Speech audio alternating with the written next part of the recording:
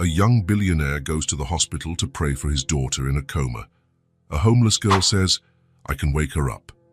What happens next is unbelievable. The clock on the hospital wall reads 9:47 p.m. Elliot Granger sits in the chair beside the bed, where his 5-year-old daughter has been sleeping for 4 days. Ivy lies there, in the middle of the white bed, connected to wires and tubes that make strange noises. Her chest rises and falls slowly, very slowly. Elliot holds the girl's doll, an old doll, with yellow hair and a pink dress that has been washed so many times it's almost white. Her name is Bella. Ivy invented that name when she was 3 and never let go of the doll. Not even to sleep. Now Bella is in his hands, and Ivy doesn't know. "Mr. Granger," the nurse enters the room. "It's time." The hospital closes visitors at 10 p.m. Elliot looks at the clock and sighs. Every day the same thing. He arrives at 7 a.m. when visiting hours open, stays all day with Ivy, and at 10 p.m. he has to leave. 15 hours a day by his daughter's side, but it's not enough, it's never enough. "Just a few more minutes," he asks. "You know I can't allow it. Those are hospital rules." Elliot stands up slowly. 4 days following this routine. 4 days going back and forth from the hospital, sleeping little at home, thinking only of Ivy. 4 days praying for her to wake up. "Bye-bye, princess," he whispers, kissing his daughter's forehead. "Daddy will be back early tomorrow." As always. In the elevator, Elliot presses the ground floor button and closes his eyes. How can he go home and pretend everything is normal? How can he sleep knowing Ivy is here, alone, in a coma? Guilt has gnawed at him from the first day. He was the one who caused all this. Ivy was playing in the backyard while he took an urgent call from the office. His company was closing a major deal. Millions of dollars depended on that conversation. Ivy wanted to show him a drawing she had made. He signaled for her to wait. "Just 5 more minutes, princess," he said, covering his phone. "Daddy needs to sort this out." But it wasn't 5 minutes, it was an hour. And when he finally hung up the phone, he found Ivy unconscious on the patio floor, her doll Bella lying beside her. Doctors said it was sudden cardiac arrest. Unexplained. These things sometimes happen with children, but Elliot knows the truth. Ivy had been trying to get his attention for days. She said she didn't feel well, that her chest hurt. He always replied it was just tiredness, that they'd talk later, always later. There was always something more urgent to deal with. Now she's in a coma, and there is no more later. The driver is waiting at the hospital entrance, and as always, "Home, Mr. Granger." "Home?" Elliot replies, getting into the car. During the ride, he looks out the window and sees the city functioning normally. Restaurants open, people walking, life happening. As if the world didn't know Ivy Granger was in a coma. As if nothing had changed. But for him, everything had changed. He arrives home and the first thing he does is go up to Ivy's room. Everything is as she left it 4 days ago. Drawings scattered on the desk, toys on the floor, the bed unmade because she rushed out for breakfast. Elliot sits on the small bed and picks up one of the drawings from the desk.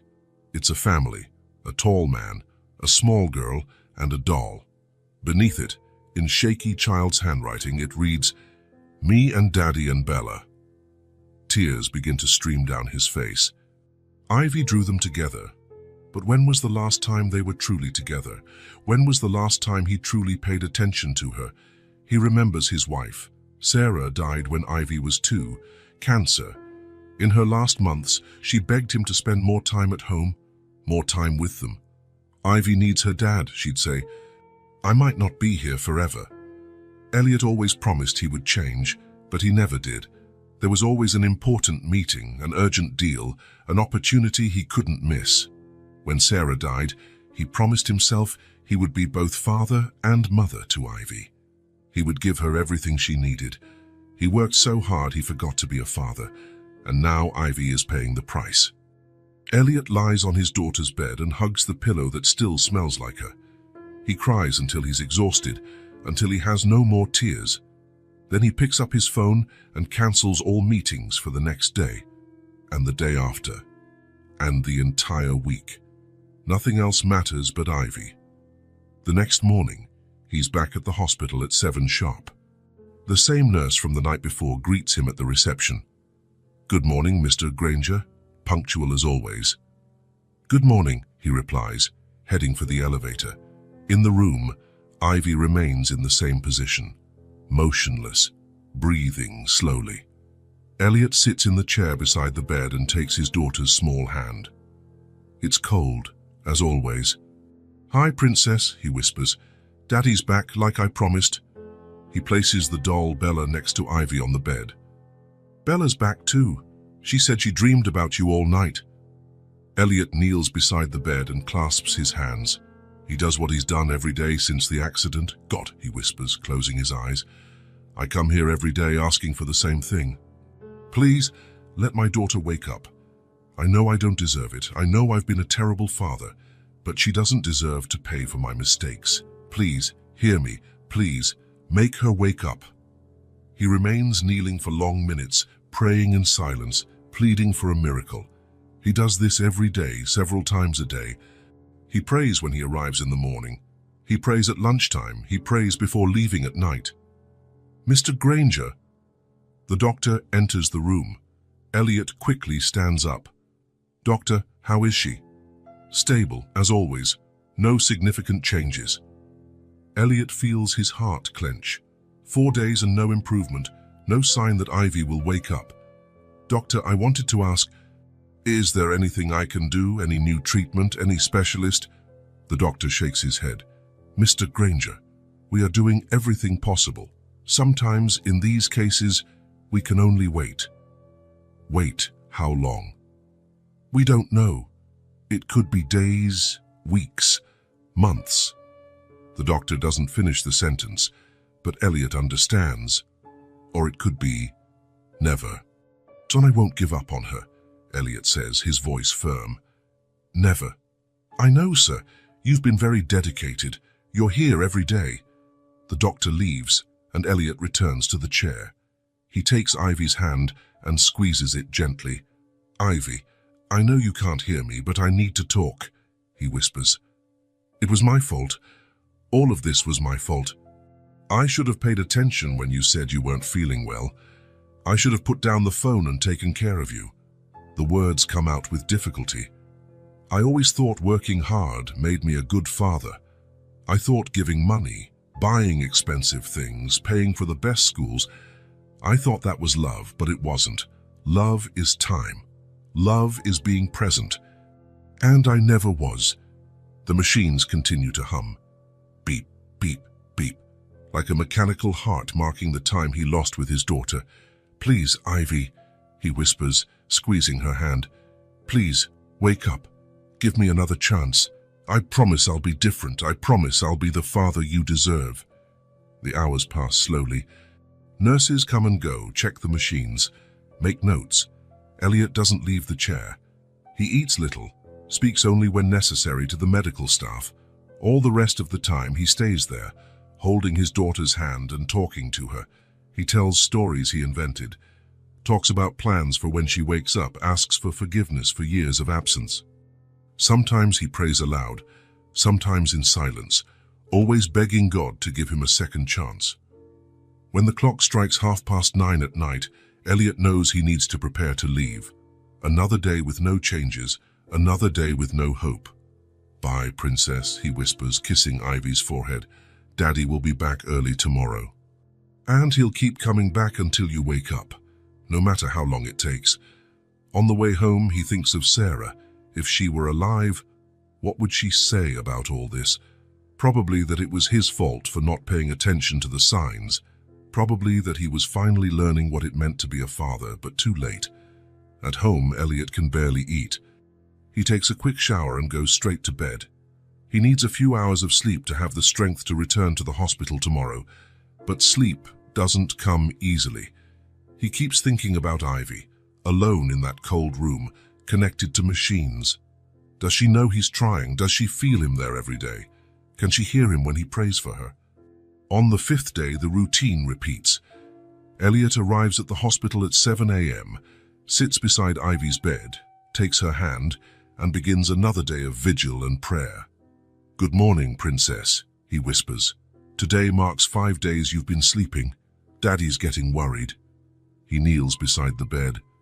"God, I know I've been asking for the same thing every day, but I need to keep asking. Please let my daughter wake up. I promise I'll be the father she always needed. I promise I'll never put work before her again." He remains kneeling for long minutes, eyes closed, praying with all the strength he has. It's all he can do. It's all he knows how to do. When he opens his eyes, he sees he's no longer alone in the room. A girl stands in the doorway. She must be about 8 or 9 years old, with dark, messy hair, dirty, old clothes. She's barefoot. "How did you get in here?" Elliot asks, quickly standing up. The girl doesn't answer right away. She looks at Ivy, then at Elliot, then at Ivy again. "Charles, she's been sleeping for a long time," the girl says, entering the room slowly. "Who are you? How did you get past security?" The girl approaches the bed. "My name is Marley," she says, simply. "And I can wake her up." Elliot stops breathing for a second. The girl speaks with such certainty, such calm, that for a moment he almost believes her. "How?" he asks, his voice barely audible. Marley looks directly at him, her dark eyes filled with something Elliot can't identify. "Sometimes people get lost inside themselves," she says. "They need someone to show them the way back." "You're just a child. How can you—" "I know what it's like to be lost," Marley interrupts. "For I know what it's like when no one sees you, no one hears you, no one cares. Ivy is feeling that way now." Elliot feels a tightness in his chest. The girl's words make sense in a way he didn't expect. "But she's not alone," he says. "I'm here every day." Marley shakes her head. "You're here now, but she remembers all the times you weren't. That's what she's hiding from." The words are like a stab to Elliot's heart, because they are true, completely true. "What can I do?" he asks, desperate. Marley moves even closer to the bed. "Let me try first," she says. "Then we'll see." Before Elliot can answer, Marley climbs onto a chair to reach the bed. She extends her small hand and gently touches Ivy's hand. "Imagine we're playing," she whispers, so softly that Elliot barely hears it. "The day is beautiful." For a second, nothing happens. Elliot is ready to say it won't work, that she's just a child talking nonsense. But then he sees it. Ivy's hand moves, just a little, just enough for her fingers to close slightly, as if trying to hold Marley's hand. But it moves. Elliot approaches the bed so fast he almost trips. "Ivy," he whispers. "Ivy, can you hear me?" But Ivy doesn't respond. Her hand relaxes again, returning to its previous position, as if nothing had happened. Marley withdraws her hand and gets down from the chair. "It's the first sign," she tells Elliot. But she's still scared. Scared of what? Of waking up and finding out you're not really here, that it's just a dream. Elliot feels tears in his eyes. "But I am here. I come here every day." "You need to prove it to her," Marley says, "and it's going to take a while." The nurse rushes into the room. "Mr. Granger, I saw on the monitor that there was a movement." She stops when she sees Marley. "Who is this girl? How did she get in here?" Elliot looks at Marley, then at the nurse. His head is confused, full of questions and hope at the same time. She helped my daughter," he says. The nurse frowns. "Sir, children cannot be here unsupervised." "I'm going to call security." "No," Elliot says, louder than he intended. "Please, let her stay a bit longer." Marley shakes her head. "I have to go," she says, heading for the door, "but I'll be back tomorrow." "Wait," Elliot calls out to her. "How do I know you'll really come back?" Marley stops at the door and looks at him. "Because Ivy needs me," she says. "And you do too." And then she leaves, leaving Elliot alone with his daughter again. But something has changed. It's not just the fact that Ivy's hand moved.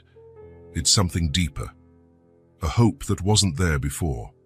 For the first time in 5 days, Elliot feels that perhaps there's still a chance.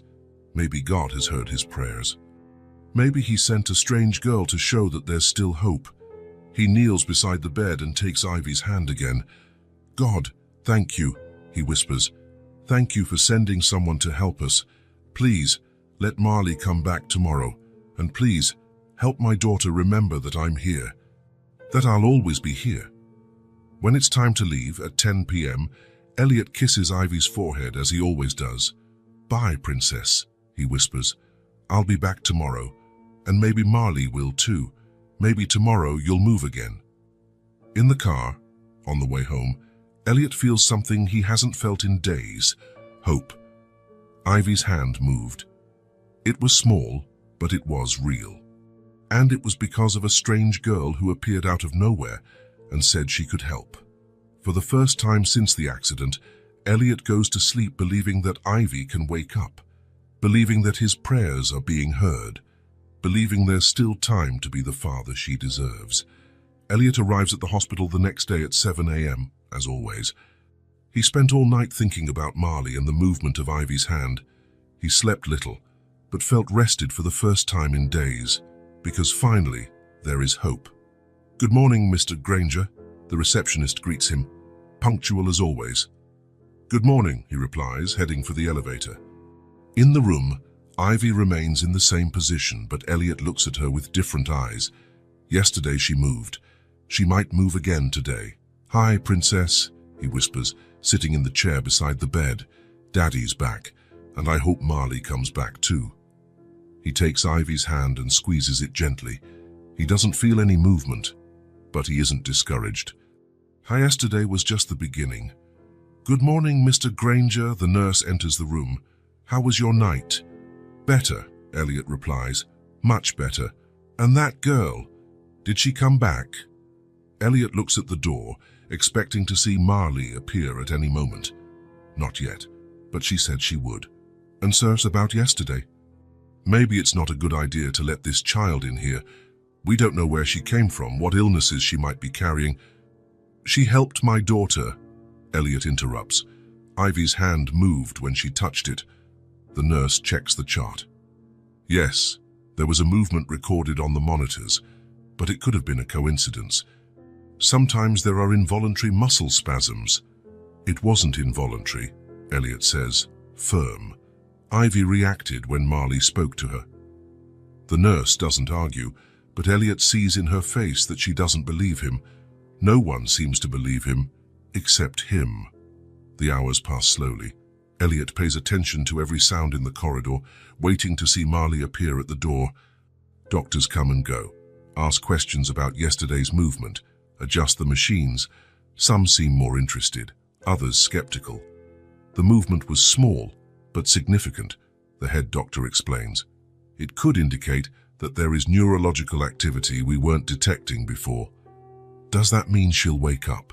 It means there's a possibility we hadn't considered, but it's still too early to be sure. Elliot accepts the answer. At least they're no longer talking about transferring Ivy elsewhere. At least there's still hope. Lunch arrives and passes. Elliot eats little, as always, but this time it's not from lack of appetite. It's from anxiety. Where is Marley? Why hasn't she appeared yet? The afternoon progresses and Marley doesn't appear. As the hours pass, Elliot becomes more nervous. What if she doesn't come back? What if yesterday was just luck? What if Ivy doesn't move anymore? "Mr. Granger," the nurse tries to converse. "You seem different today, more agitated. I'm waiting for that girl." "Marley." "Sir, perhaps it's best not to get your hopes up. Street children, they come and go. You can't rely on them." The words irritate Elliot. Marley might be a street child, but she helped Ivy. She did something the doctors couldn't do in 5 days. "She'll come back," he says, more to himself than to the nurse. But as the day passes and Marley doesn't appear, Elliot begins to doubt. Maybe the nurse is right. Maybe street children don't have commitments to anyone. At 6 p.m., he tries to do what Marley did yesterday. He touches Ivy's hand and whispers the same words. "Imagine we're playing, the day is beautiful." Nothing happens. He tries again, with more feeling. "Imagine we're playing, Ivy. The day is beautiful and we can do anything we want. Ivy's hand remains still. Elliot tries for an hour, repeating Marley's words, touching Ivy's hand in the same way. But it doesn't work. Without Marley, the words are just words. Without her, there's no magic. When it's time to leave, at 10 p.m., Elliot is disheartened. Another day without Marley. Another day without movement, as if yesterday never happened. "Bye, princess," he whispers, kissing Ivy's forehead. "I'll be back tomorrow, as always, and I hope Marley comes back too." In the car on the way home, Elliot feels hope diminishing. Maybe the doctors are right. Maybe yesterday's movement was just an involuntary spasm. Maybe Marley is just a confused child who appeared at the right time. At home, he can barely eat dinner. He keeps thinking about Ivy's empty room, the drawings scattered on the desk, the doll Bella now at the hospital. Everything waiting for her to come back, if she comes back. On the second day without Marley, Elliot wakes up even earlier. He arrives at the hospital at 6:30, waiting at the reception until visiting hours open at 7. "You're early today," the receptionist comments. "Couldn't sleep properly," he replies.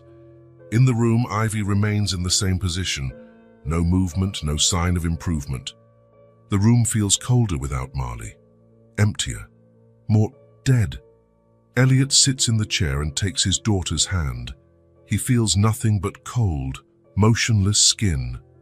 "Hi, princess," he whispers, but his voice doesn't hold the same hope as yesterday. "Daddy's here again." He kneels beside the bed and clasps his hands. "God, I don't understand what happened. Yesterday I thought you had heard my prayers, that you had sent Marley to help us. But she didn't come back. Please, help me understand. Help me know what to do." He remains kneeling for long minutes, but this time the prayer doesn't bring the usual comfort. It only brings more questions and more doubts. The doctors perform new tests on Ivy. They find no signs of improvement since the day before yesterday. The hand movement seems to have been an isolated event, without repetition. It might have just been a muscle spasm, the doctor explains, just as the nurse had said. "It happens sometimes." "But I saw..." She reacted when the girl touched her. "Mr. Granger, I understand you want to believe her, but we cannot base treatment on..." "On what? On hope?" Elliot interrupts, frustrated. "It's all I have left." The doctor sighs. "We will continue monitoring, but you need to prepare for the possibility that there will be no more changes." Elliot doesn't want to prepare for anything. He wants Ivy to wake up. He wants Marley to come back. He wants everything to make sense again.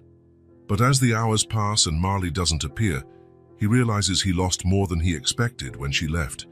It's not just the possibility of a miracle that's gone. It's something more subtle, more human. Marley brought life to the room.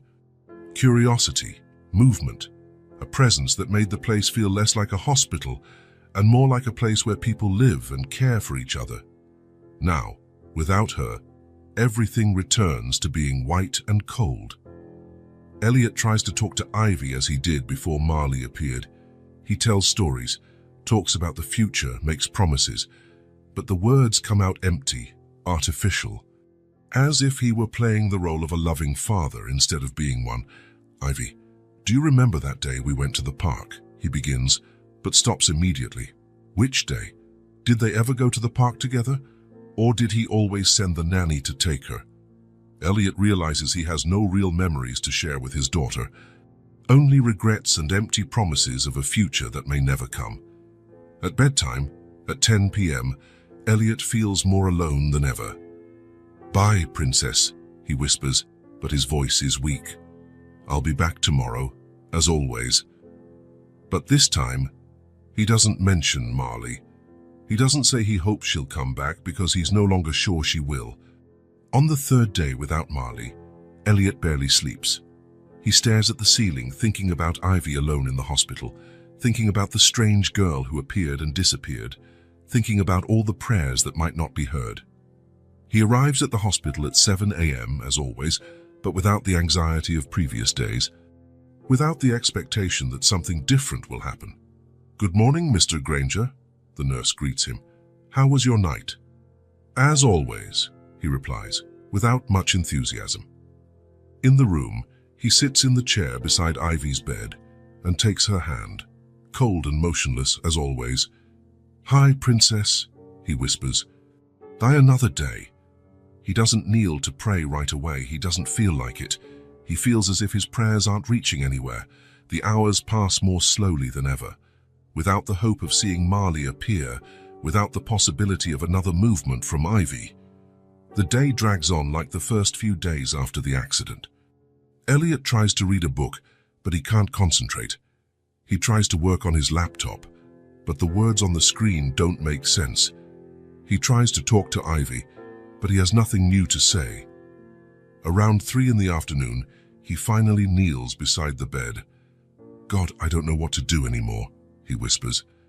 "I thought you had sent Marley to help us, but she disappeared. And Ivy is still the same. I don't understand anything anymore. Please give me a sign, anything, just so I know you're listening."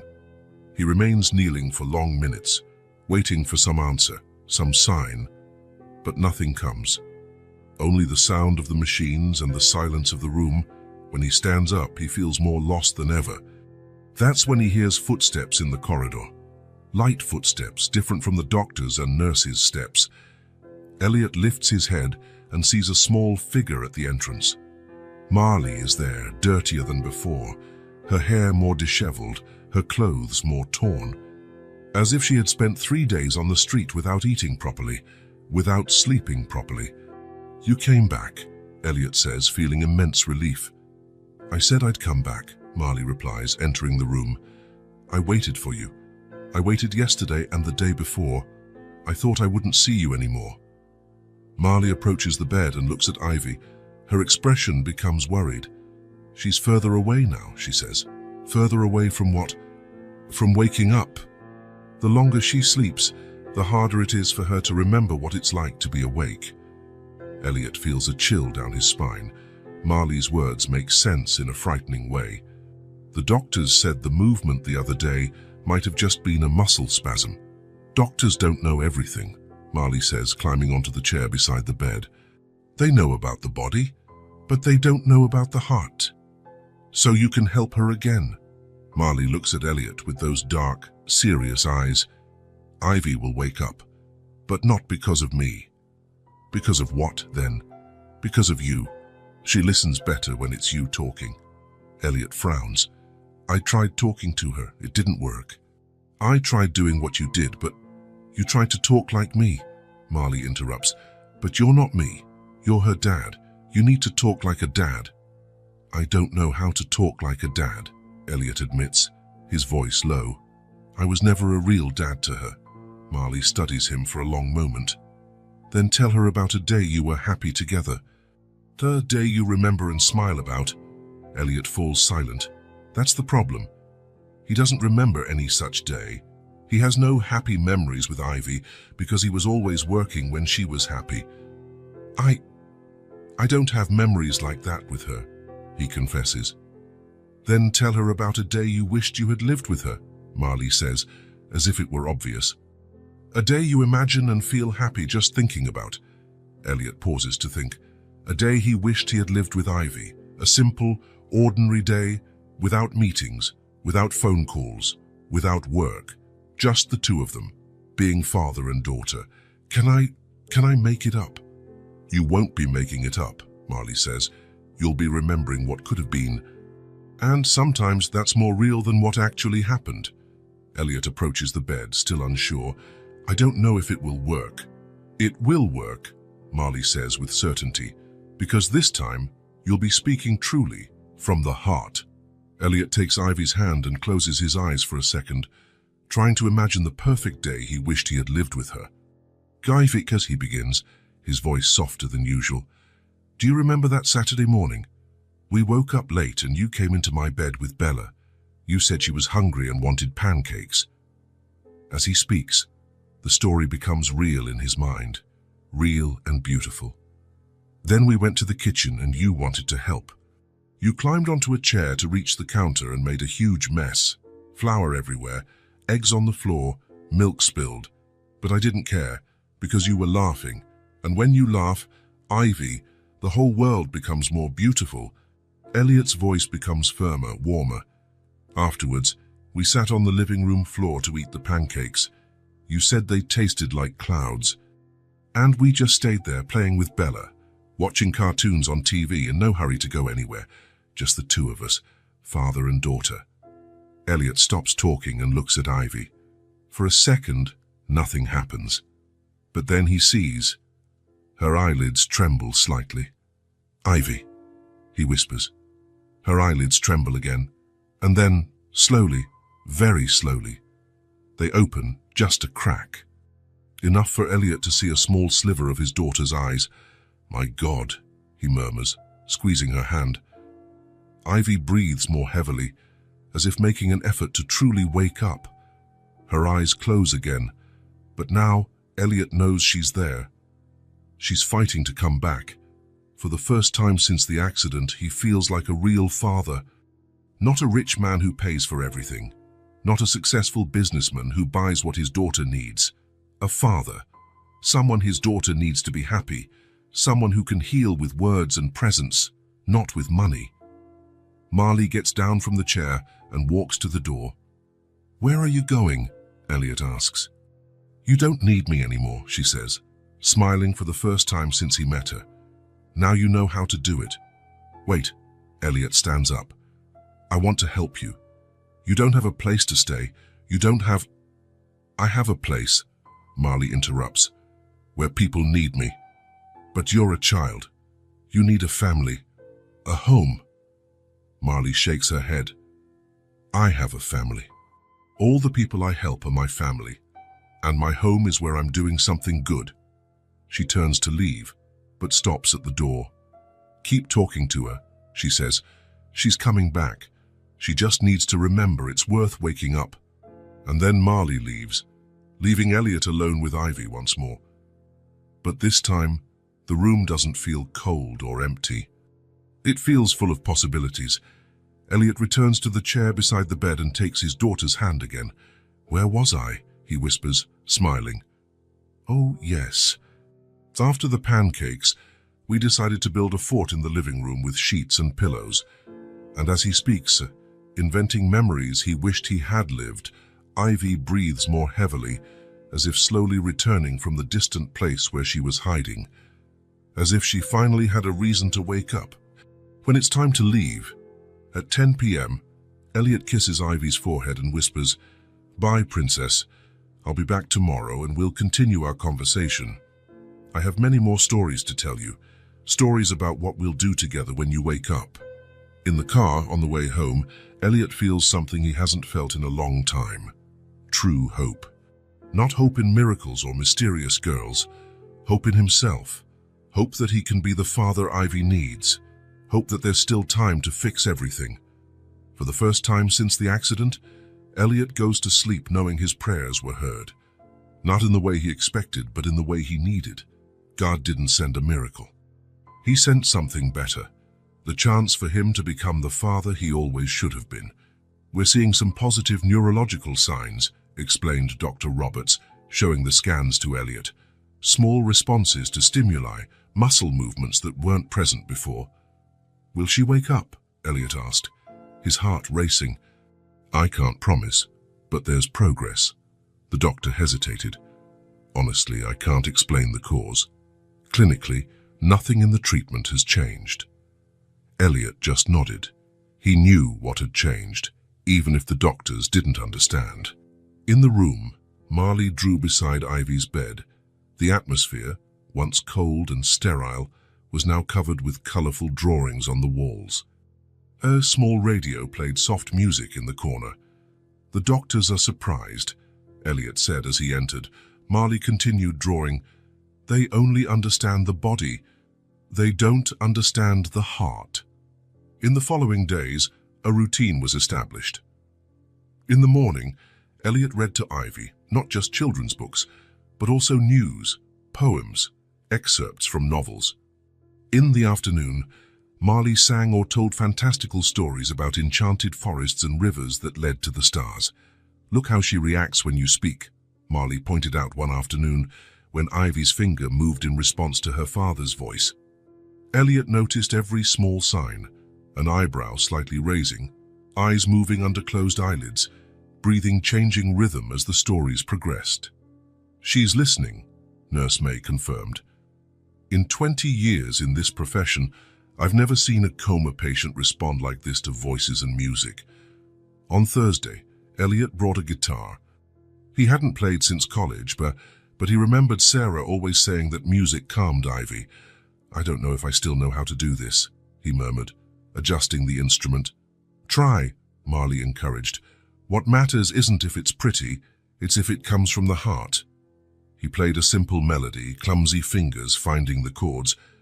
As he played, he saw Ivy's face react, a slight frown, a subtle movement of her lips. "She liked it," Marley affirmed. "How do you know?" "Because I liked it too." On Saturday, something changed in the room's atmosphere. Marley, who always seemed calm, looked at Ivy with intensity. "Today is an important day," she told Elliot. "Shall I tell her a true story?" "What kind of story?" "One that hurts to tell, one that comes from here." She pointed to his chest. Elliot closed the book he was holding. He took a deep breath, looking at his daughter, so small and quiet. "Ivy," he began, his voice low and trembling, "do you remember your school play? When you were going to be a tree?" He felt the weight of the memory press against his chest. "I didn't go. I had a meeting I could have postponed, but I didn't. The nanny said, you kept looking for me in the audience the whole time." Marley watched in silence, her dark eyes fixed on both of them. "I failed you, Ivy," Elliot continued, the words coming out with difficulty. "I was always busy, always thinking about something else." His hand squeezed his daughter's small hand. "But now I'm here, and I'm not leaving anymore." The words hung in the air, simple and raw. Marley approached the other side of the bed, gently touching Ivy's free hand. That's when it happened. Ivy squeezed both hands at the same time. A deliberate movement, a response. "She heard you," Marley whispered. Elliot couldn't hold back his tears. For the first time since the accident, he felt a true connection with his daughter. He wasn't the successful businessman at that moment. He was just a father. The next day, Ivy's heart monitor registered stronger variations. When Elliot spoke, her heart rate responded. When Marley sang, her breathing became deeper. "It's like she's trying to find her way back," the nurse commented. During the afternoon reading, Elliot paused, noticing something extraordinary. A tear rolled from the corner of Ivy's eye. "She's crying," he whispered, incredulous. "She's healing," Marley corrected, touching the other side of the bed. "And so are you." The reconnection between father and daughter was simple, without great revelations or dramatic moments, just honest words, shared time, and constant presence. But it was profoundly true. As the late afternoon light streamed through the window, illuminating the colorful drawings on the walls, Elliot finally understood. It wasn't just Ivy returning from the darkness. It was him too. And in that, there was a magic that no doctor could explain. The days at the hospital took on a new rhythm, slower, more present. Elliot no longer cared about missed meetings or unanswered emails. His phone stayed on silent here, tucked in his pocket. The outside world could wait. Inside, in room 318, only 3 people mattered. Every morning, Elliot arrived at 7 sharp, not because he needed to make the most of every permitted visiting minute, but because he wanted to be there when Ivy felt the first rays of sun through the window. "Good morning, princess," he'd say, kissing his daughter's forehead. "It's a beautiful day outside. Birds are singing in the park." Then he'd open the curtains, turn on the small radio, and sit beside the bed. Not with the anxiety of before, but with the calm of someone who knows they are exactly where they should be. Around 9, Marley would arrive. No one questioned her presence anymore. The doctors and nurses treated her as part of the family, conveniently ignoring the fact that she probably shouldn't be there. "I brought something for you," Marley said one morning, handing Elliot a colorful drawing. It was a portrait of the three of them, Elliot, Ivy, and her, holding hands under a bright blue sky. "Is that us?" he asked, smiling. "It's us when Ivy wakes up," Marley replied with the simple certainty only children have. Elliot taped the drawing to the wall, along with the others. The hospital room, once impersonal and cold, now looked like a colorful art studio. Every wall covered with drawings, photos, and cards. Every surface occupied by small treasures, shells Marley found on her wanders, dried flowers Elliot brought from the park, children's books stacked on the nightstand. The hours flowed in a quiet routine. In the morning, Elliot read to Ivy. In the afternoon, he sang or played the guitar, even if out of tune. At night, before leaving, he told stories, some real, some made up on the spot. "Remember when you were 3 and decided you wanted to sleep in the backyard?" he asked one sunny afternoon. "We set up a tent with sheets and pillows. You said you were going to count the stars, but you fell asleep before you got to 10. As he spoke, he watched his daughter's face. The reactions were subtle, but they were there. A slight sigh, an eyebrow raising, fingers twitching slightly.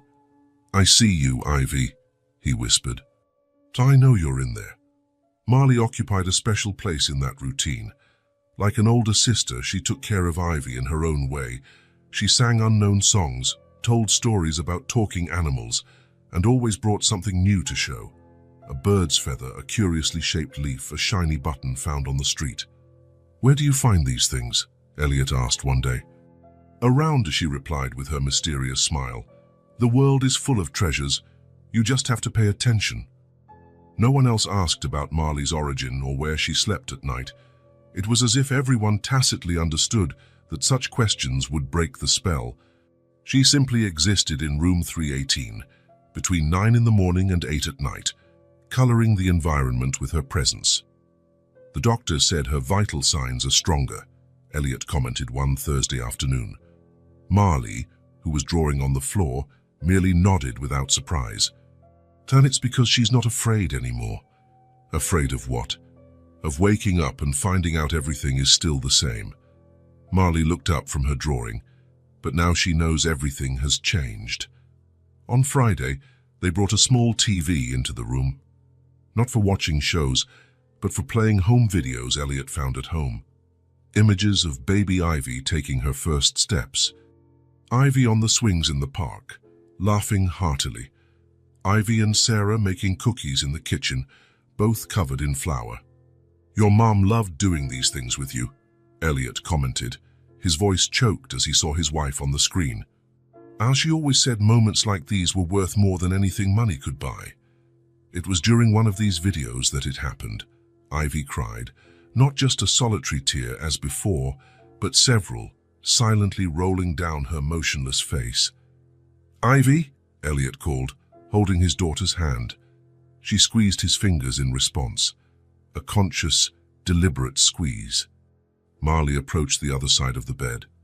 "She's hearing everything," she said softly. "She always has been." That night, when it was time for Elliot to leave, he hesitated at the door. "I don't want to leave her alone." "She's not alone," Marley replied. "Even when no one is in the room, she knows you'll be back." The following days brought more reactions. A sigh when Elliot told something funny, a head movement when Marley sang, eyes darting rapidly under her eyelids during stories, as if Ivy was seeing everything in her mind. "It's like she's right at the surface," the nurse commented after checking the monitors. "I've never seen anything like it." Elliot just smiled. He knew what was happening. He didn't need medical explanations. On Saturday, he brought breakfast to eat beside Ivy. Not the bland hospital food, but pancakes and fresh fruit from a nearby cafe. "I made pancakes just how you like them," he said, knowing the smell would fill the room. With lots of maple syrup.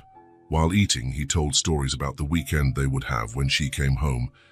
Park outings, ice cream in the square, late-night cartoons. "And Marley can stay with us," he added, looking at the girl who was drawing sitting on the windowsill. Marley smiled, but said nothing. as if she knew something he didn't yet understand. In the afternoon, a storm gathered. Rain lashed against the window, creating dancing shadows on the room's colorful walls. Elliot picked up the guitar and played calm songs, while Marley made shadow puppets against the lamplight. It was at this moment that Ivy opened her mouth and sighed. A soft, almost imperceptible sound, but one that made Elliot and Marley freeze. "Did you hear that?" Elliot asked, barely breathing. Marley nodded, her eyes shining. "She's almost here," she whispered. Elliot put down the guitar and held his daughter's hand. "Ivy, I'm here. We're waiting for you." Her fingers moved within his, squeezing gently. It was no longer just a reflex. It was communication.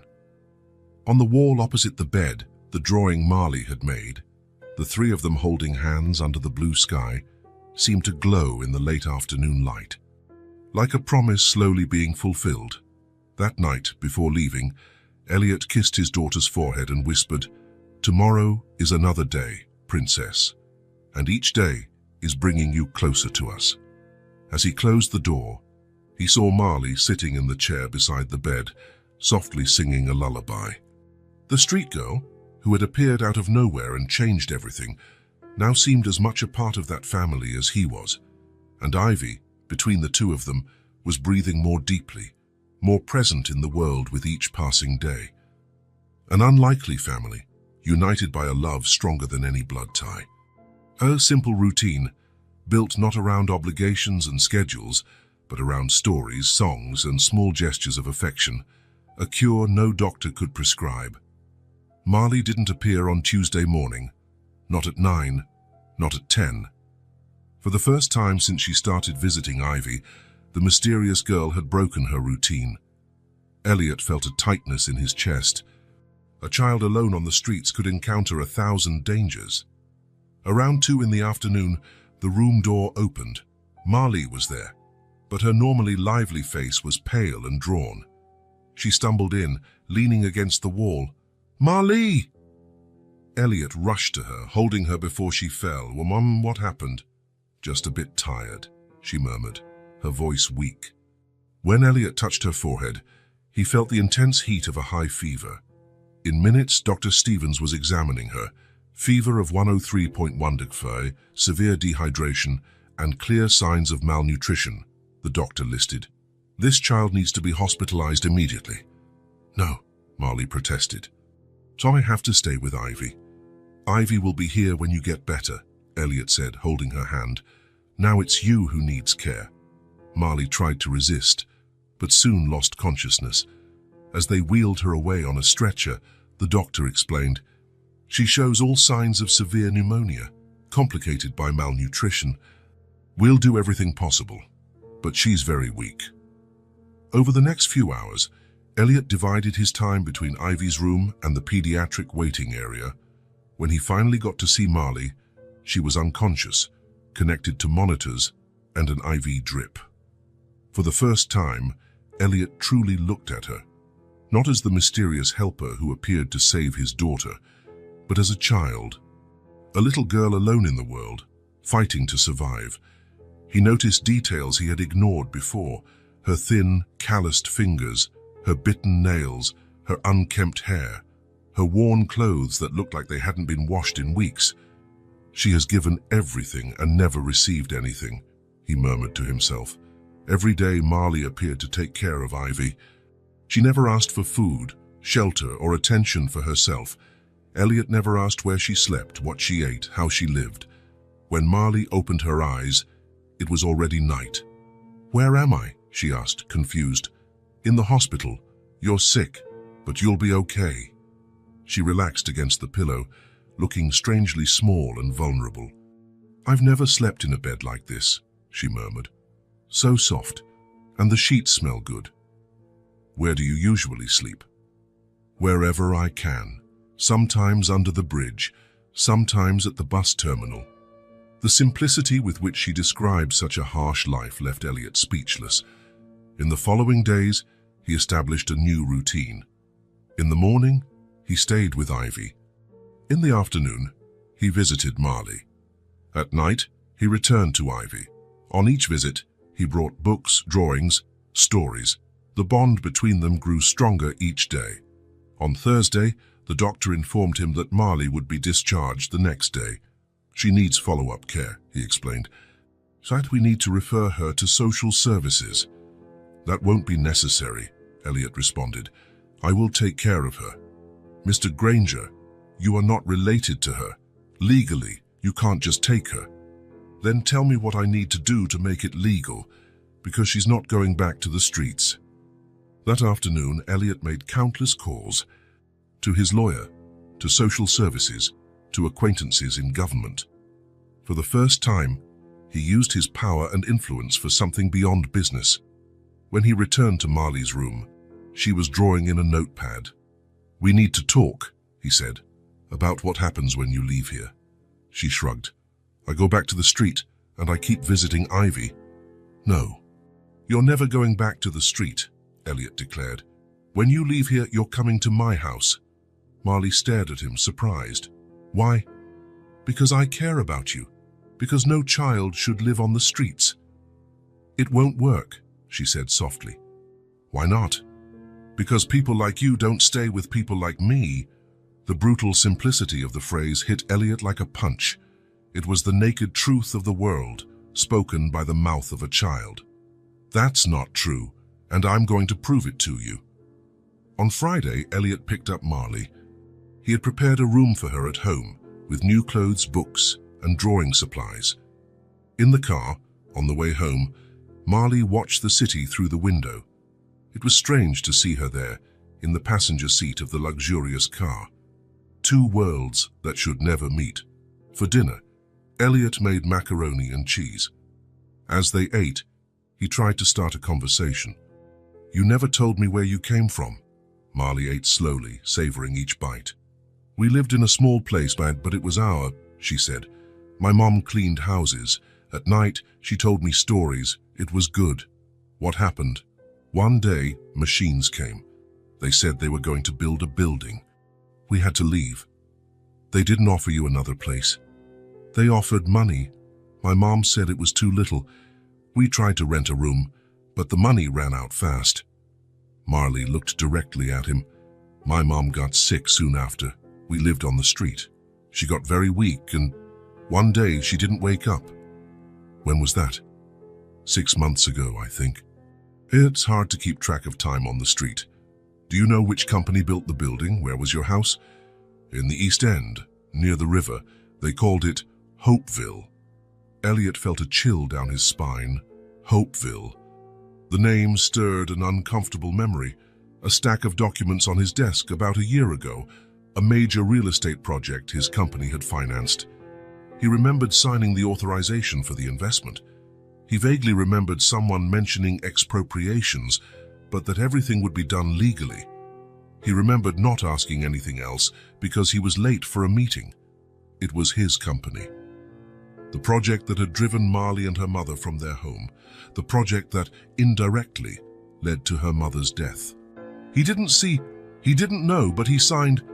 Is everything okay? Marley asked, noticing his expression. Yes, he lied. I'm just sad about what happened to you. Things happen. You can't change the past. Elliot nodded, unable to respond. Now the consequence of his actions had a name, a face, and real pain. It wasn't just a hastily signed document. It was Marley. It was her mother who never woke up. As they finished dinner in silence, Elliot made a silent promise. He couldn't change the past, as Marley said. But he could change the future. And perhaps, somehow, that would begin to balance the scales. Power for something beyond business. When he returned to Marley's room, he found her sitting on the bed, drawing in a pad he had brought. We need to talk, he said, pulling up a chair. Marley looked up from her drawing, those dark eyes that seemed to see right through people. About what? About what happens when you leave here tomorrow, she shrugged, feigning indifference. I go back to the street. Can't I keep visiting Ivy if you let me? No. The firm reply made Marley look at him in surprise. No what? You're never going back to the street, Elliot declared, leaving no room for argument. When you leave here, you're coming to my house. Marley was silent for a long moment. Why? Because I care about you. Because you matter to Ivy. Because no child should live on the streets. Many children do. And that doesn't make it right. Marley lowered her eyes to the drawing in her lap. It was a house with a colorful garden, the kind of drawing any normal child would make, the kind of dream she probably never allowed herself to have. It won't work, she said softly. Why not? Because people like you don't stay with people like me.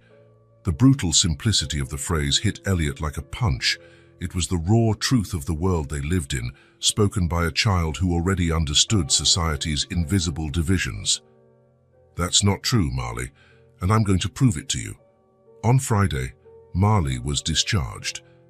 Elliot had spent the morning at home, preparing a room for her. He wasn't sure what a 9-year-old girl would like, so he opted for the basics: a comfortable bed, new clothes in the closet, some books, and drawing supplies. When he returned to the hospital to pick her up, he brought a simple dress and a pair of new sneakers. I thought you'd want clean clothes, he explained, handing her the package. Marley touched the fabric of the dress as if it was something precious. It's pretty, she said. Can I really keep it? Of course, it's yours. She changed in the restroom and came out looking like a different child. The blue dress highlighted her olive skin tone. Her hair, washed during her hospitalization, fell in dark curls over her shoulders. Without the dirt and torn clothes, Marley was a beautiful girl. Before they left, they stopped by Ivy's room. We'll visit her tomorrow, Elliot promised, as Marley said goodbye to her motionless friend. Every day, just like before. In the car, on the way home, Marley was silent, watching the city through the window. It was strange to see her there, in the passenger seat of the luxurious car, like two worlds that should never meet, but were now intertwined by extraordinary circumstances. It's big, she commented when they arrived at Elliot's house. Too big for just one person, he admitted.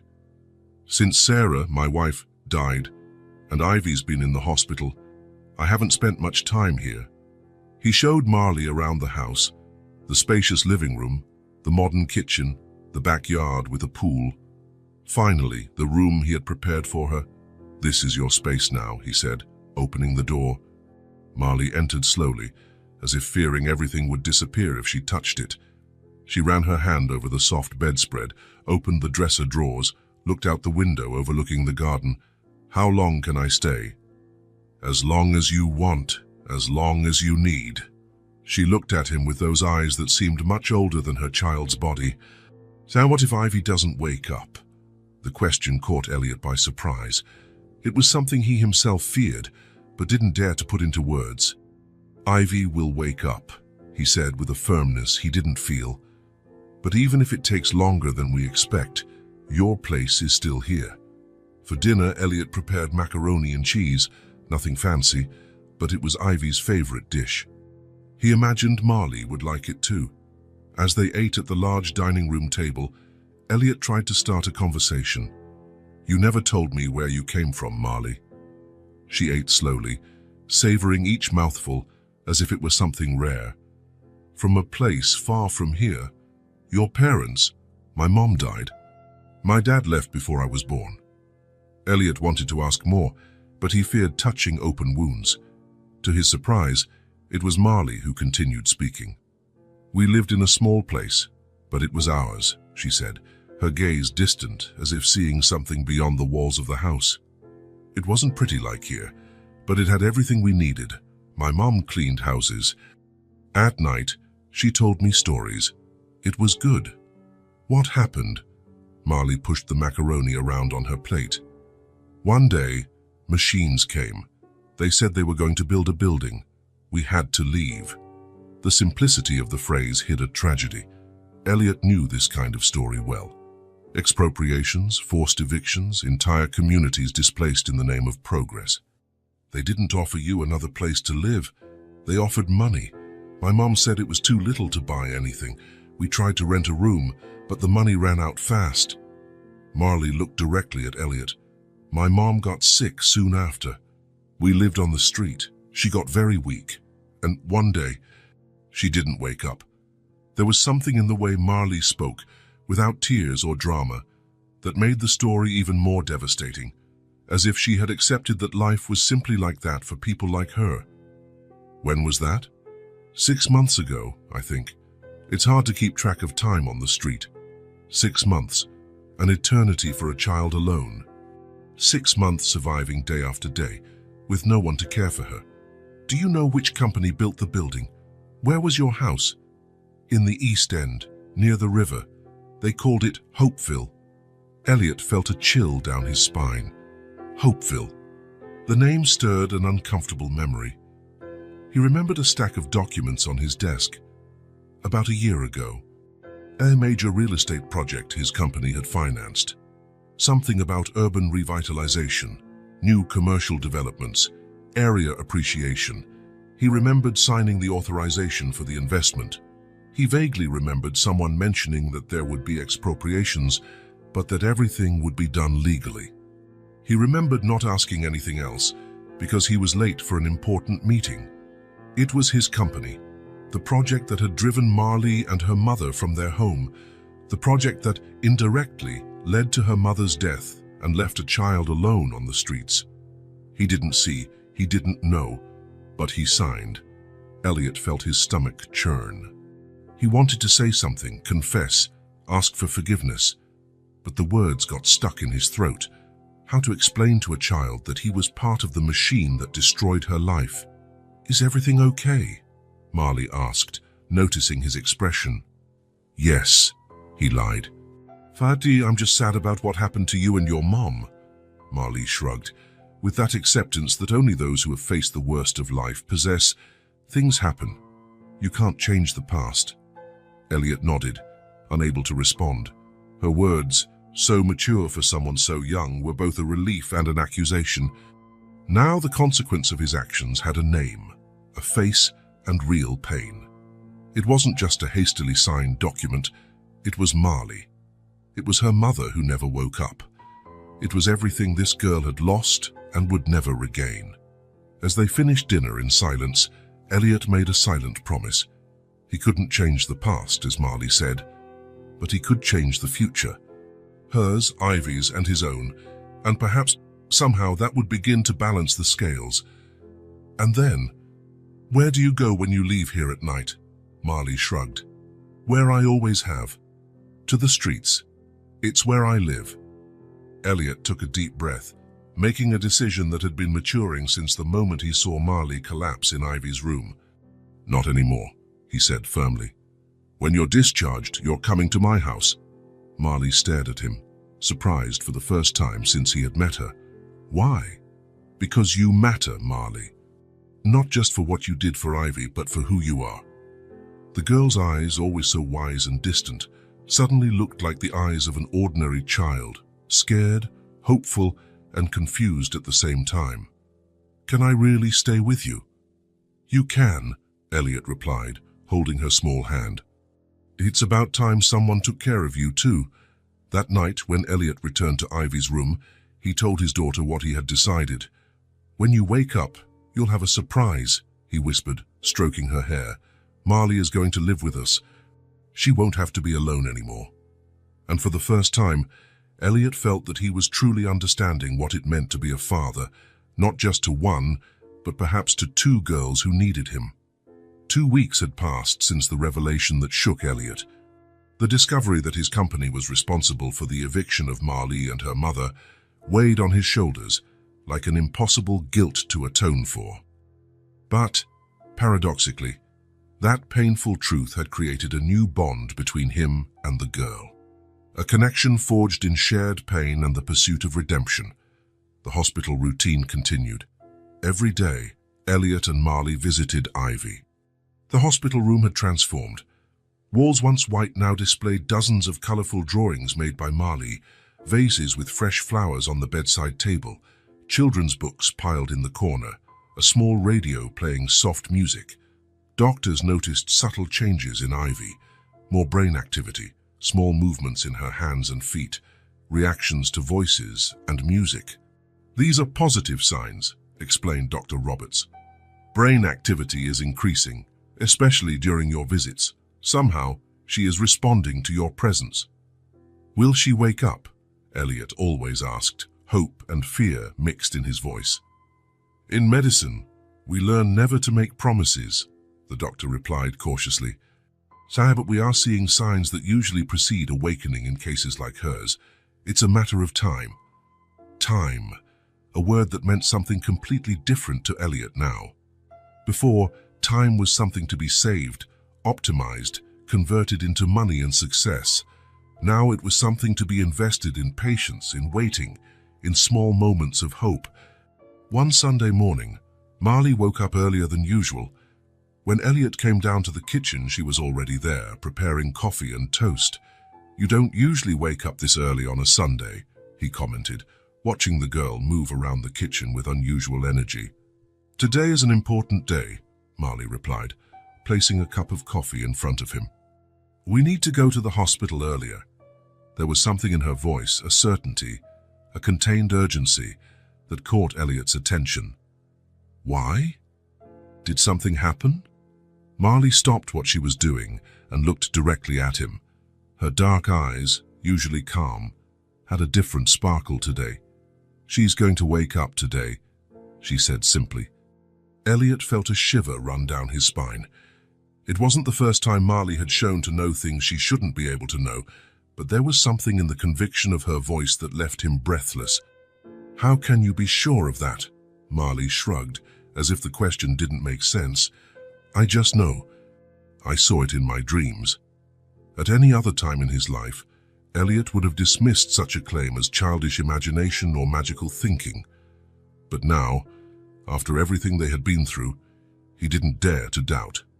Then let's go, he agreed, finishing his coffee quickly. The hospital was quiet that Sunday morning. Nurses were changing shifts in low conversations. Cleaning staff wheeled their carts through the corridors. Some family members were already waiting at the reception for visiting hours to begin. As they entered Ivy's room, they found everything as always. The girl motionless on the bed, the constant beep of the monitors, the soft light entering through the window. What do we do now? Elliot asked after a few minutes of silence. Marley approached the bed. We need to hold her, one on each side. Elliot positioned himself on one side of the bed, while Marley climbed onto a chair on the other side. Each took one of Ivy's small hands. Talk to her, Marley instructed. Tell her we're waiting. Elliot took a deep breath. The words came more easily now, after weeks of talking to his unconscious daughter. Ivy, my love, and we're here, Marley and I, waiting for you to come back. There's so much I want to show you, so many places for us to go together. Your room is waiting for you, full of new toys, new books. As he spoke, Elliot observed his daughter's motionless face, looking for any sign of reaction.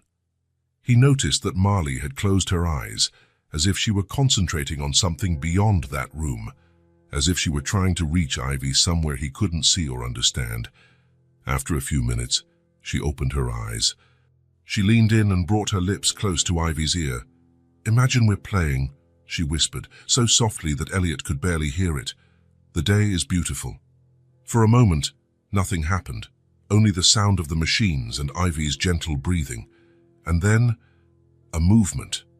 Small, almost imperceptible. Ivy's fingers lightly closed around Marley's hand. Not an involuntary spasm, but a response, a connection. Elliot, Marley called, her voice trembling. She squeezed my hand. No sooner had she spoken than Ivy's fingers also contracted around Elliot's hand. A light but definite squeeze, a conscious contact. Ivy, he called again, his voice choked. Daughter, are you hearing us? Ivy's eyelids trembled. A quick movement, as if she were trying to open her eyes against an enormous weight. Keep talking, Marley encouraged. She's trying. We're here, my love. Marley and I, come back to us. Open your eyes, please. We've been waiting for you for so long. Her eyelids trembled again, and then slowly they began to open. First just slits, as if the light were too strong. Then a little more. Two brown eyes, just like Sarah's, blinked several times. trying to focus on the world around them. Confused, disoriented, but alive. So alive. "Ivy," Elliot called again, tears streaming freely down his face. Her eyes turned to him, confused at first, then with a flicker of recognition, of connection. "Daddy." Her voice was hoarse, almost inaudible after so long without use. "Yes, Princess, it's me." Elliot could barely speak through his tears. "You're back." Ivy blinked again, as if trying to understand where she was and what had happened. Then her gaze shifted to the other side, finding Marley. For a long moment, the two girls just looked at each other, a look filled with impossible recognition, inexplicable familiarity. "Who are you?" Ivy finally asked, her voice a little firmer. "I saw you in my dreams. We were playing." Marley smiled, a smile that lit up her entire face. "I'm Marley." "Marley," Ivy repeated, testing the sound of the name. "You took me to a garden with yellow flowers and a red swing," Marley completed, her eyes bright with emotion. Elliot looked from one to the other, marveling and confused. How could Ivy know Marley in her dreams? How could they share the same images, the same memories of places they had never been together? But those questions didn't matter now. What mattered was that his daughter was awake. After almost 2 months, Ivy had returned to the world of the living.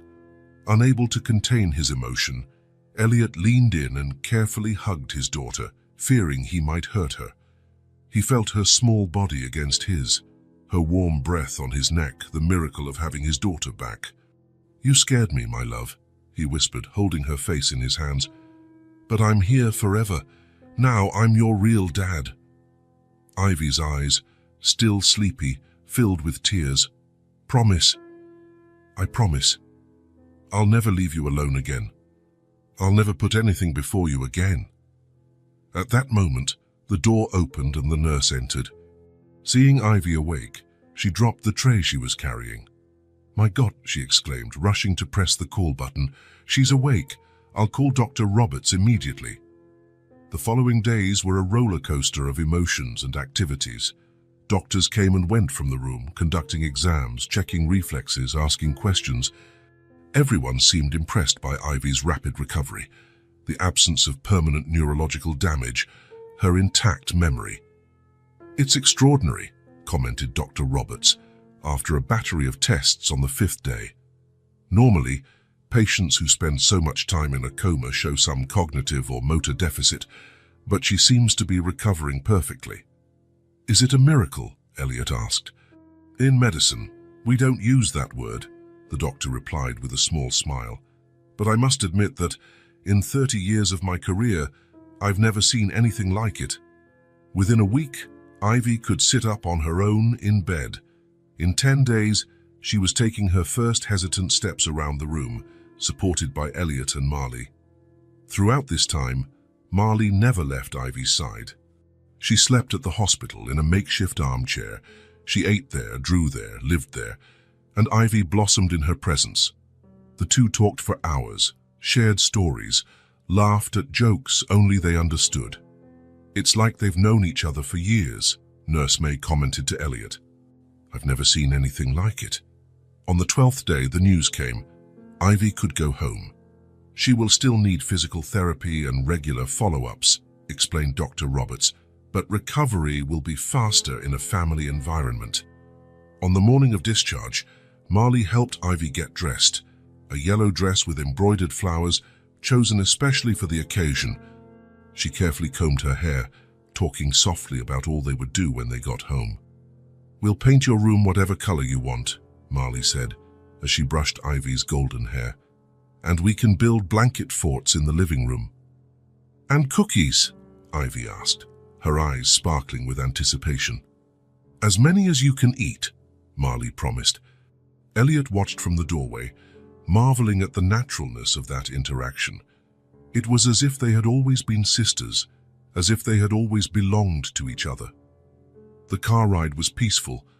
Ivy looked out the window with fascination, as if rediscovering the world. Marley held her hand, pointing out interesting things along the way. A dog in the park, a colorful shop window, the particularly blue sky that morning. "I always wanted a sister," Ivy commented suddenly, turning to Marley. Elliot, who was watching them both in the rearview mirror, felt a tightness in his chest. Amidst the joy of Ivy's awakening, the rush of hospital discharge, he hadn't had time to think about the future, about what would happen to Marley now. Legally, the situation was complicated. He had managed to get temporary guardianship, with the help of his lawyer and influential friends, but it was a provisional solution. For Marley to stay permanently, a full adoption process would be necessary. Looking at the two in the back seat, so naturally connected, Elliot knew what he had to do. "Now you have one," he said, his voice choked with emotion. "Both of you do." The girls smiled, not fully comprehending the weight of that promise, but Elliot knew it was a lifelong commitment. A commitment to two children who needed him as much as he needed them. In the following months, many things changed. Elliot completely reorganized his professional life. He reduced his projects, delegated responsibilities, and began working primarily from home. The company struggled a bit at first, but soon adapted to the new model. And, surprisingly, Elliot discovered that he could be a successful businessman without sacrificing his personal life. He hired the best lawyers to formalize Marley's adoption. The process was complex, with a lot of bureaucracy and questioning. There were difficult moments when social workers expressed doubts about Elliot's ability to raise two girls alone, or about his motivations for adopting Marley. "Don't you think you're trying to replace the daughter you almost lost?" a social worker asked during one of the home visits. "I'm not replacing anyone," Elliot replied firmly. "I'm expanding my family. I'm giving Marley what she deserves, a home, a family, a chance to be a child again." His determination finally paid off. 6 months after Ivy's awakening, the judge signed the papers. Marley Granger was officially his daughter. For Marley, it was as if she could finally breathe. After months living on the streets, after losing her mother, after believing she would never again have a place to call her own, she belonged to someone. She had a name, a home, a family. She had people who cared if she was hungry, cold, or scared. She had people waiting for her to come back. She had a place to come back to. The house, once silent and empty, now overflowed with life and laughter. Ivy and Marley were inseparable. They shared toys, clothes, bedtime stories. They argued sometimes, like all sisters, but made up quickly.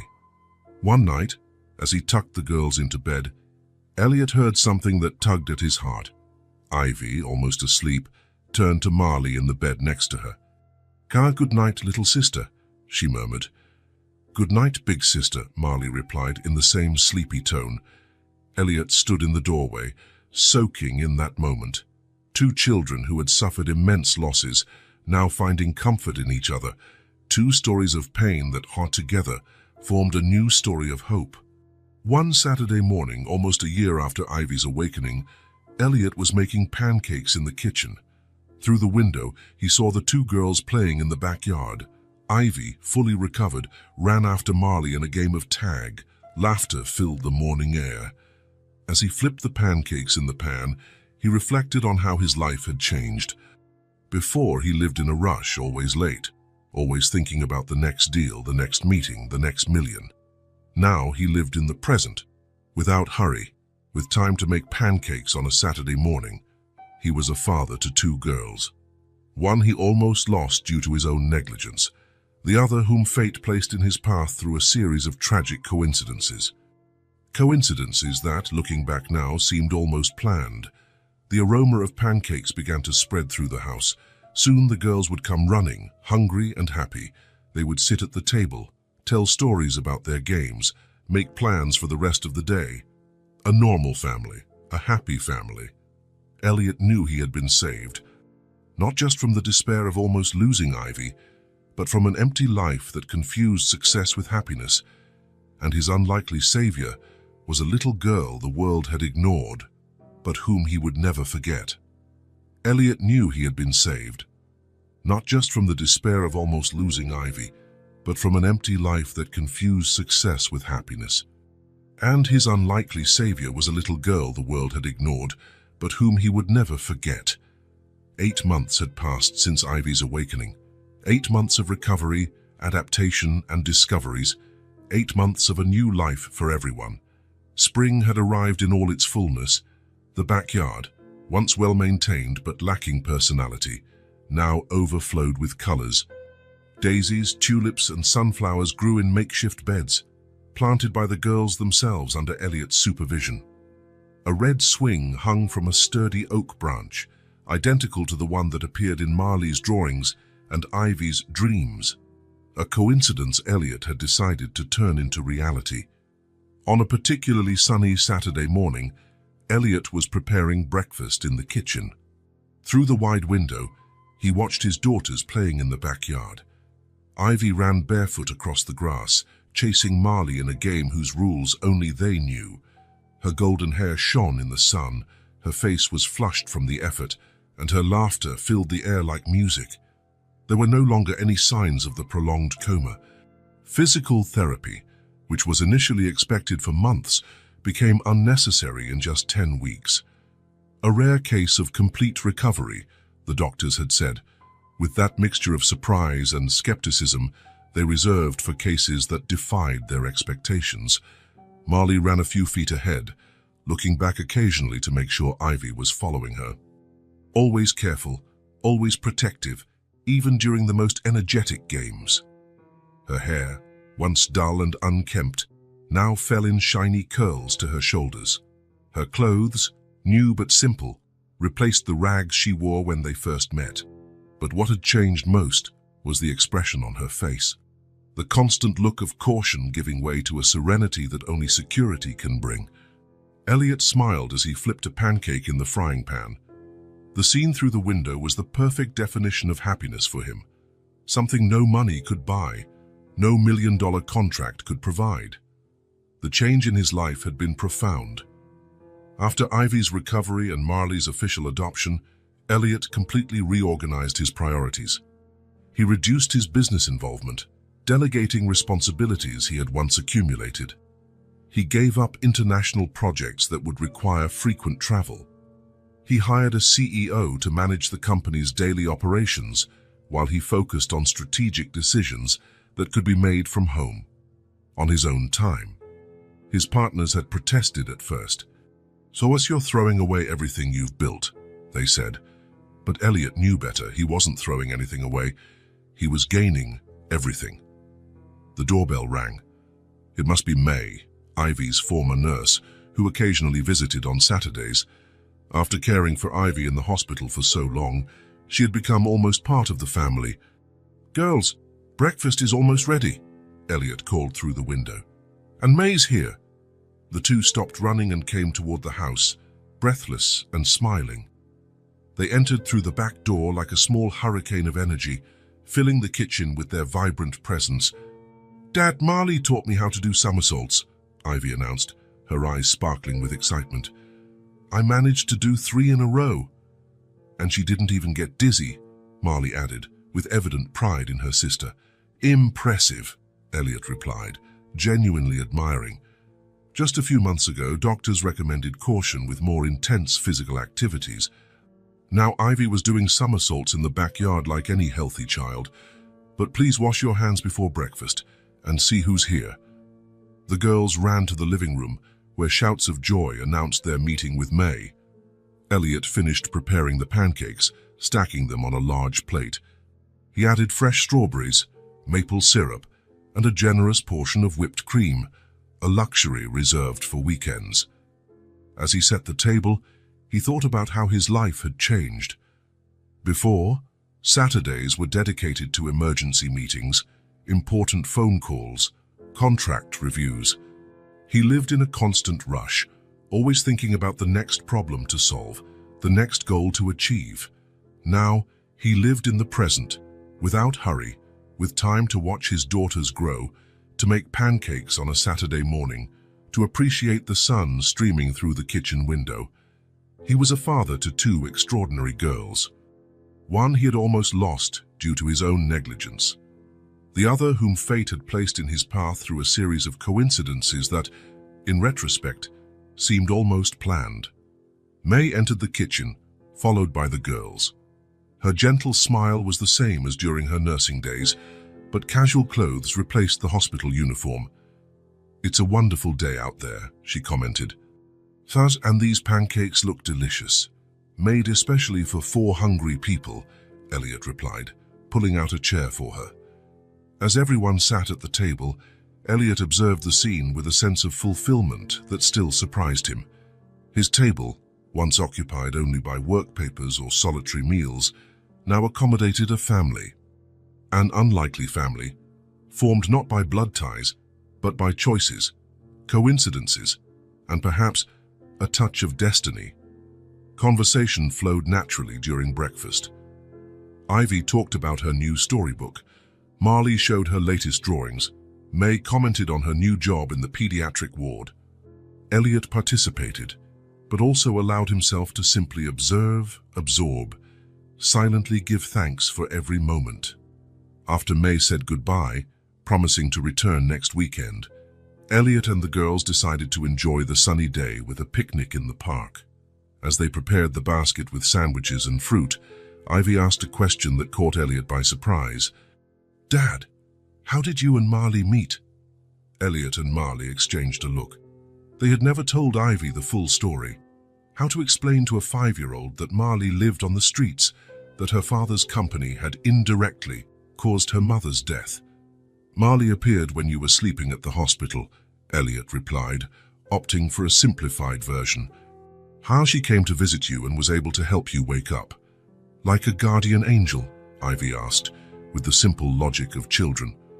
"Something like that," Elliot agreed, looking at Marley with a grateful smile. Marley lowered her eyes in a rare moment of shyness. Even after so many months, she was still surprised when someone recognized her importance. "It wasn't just me," she said softly. "It was all 3 of us together." Later, as the girls ran through the park, Elliot sat on a bench in the shade of a tree. Watching his daughters play, he felt that familiar wave of gratitude. Life had given him a second chance. A chance to be the father Ivy deserved. A chance to give Marley the home she never had. A chance to discover that success wasn't measured by bank accounts or signed contracts, but by moments like this. He knew he had been saved, not just from the despair of almost losing Ivy, but from an empty life that confused success with happiness. A life where he accumulated possessions, but lost what truly mattered. And his improbable savior had been a little girl the world had ignored. A child who had lived in the shadows, invisible to the society that should protect her. A girl who, despite losing everything, still had so much to give. Marley Granger, his daughter. The girl no one saw, but whom he would never forget.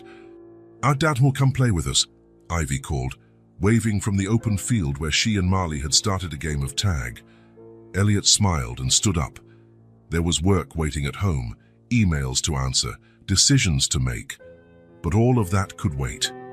The moment was now, the moment was theirs, and he wouldn't miss a second of it.